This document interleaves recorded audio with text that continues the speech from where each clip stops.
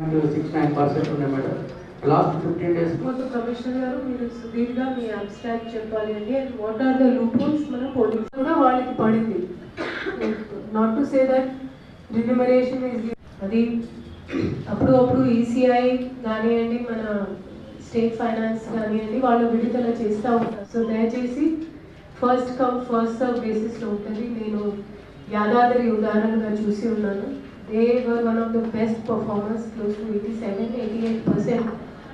ఇంకా ప్రతి ఒక్క ఈఆర్ఓతో ఏఆర్ఓ స్థాయిలో రివ్యూ చేస్తాము. బట్ నిజామాబాద్ కార్పొరేషన్లో మీకు ఉన్న ప్లస్ పాయింట్ ఏంటంటే మీ జనాభా అంతా కన్సన్ట్రేటెడ్ ఏరియాలో ఉంటుంది. మీరు మార్మూల్ గ్రామీణ ప్రాంతం లాగా చాలా దూరం పోవాలి, మీ బిఎల్ఓస్ని పంపాలి, ఆ పరిస్థితి లేనే లేదు. సో కూడా మీకు చెప్తాను. సో మనం ఒకవేళ ఇప్పుడు మన they are close to 28%, they have close to 630 polling stations. So in any condition మీరు అంటే మనం చాలా ల్యాగింగ్ ఉన్నాము. అర్బన్ ఏరియా అయినప్పటికీ కూడా it is not an excuse. దయచేసి అర్థం చేసుకోండి. వచ్చే 2-3 వారాల్లో మన మీద వర్క్ ప్రెషర్ చాలా పెరుగుతుంది.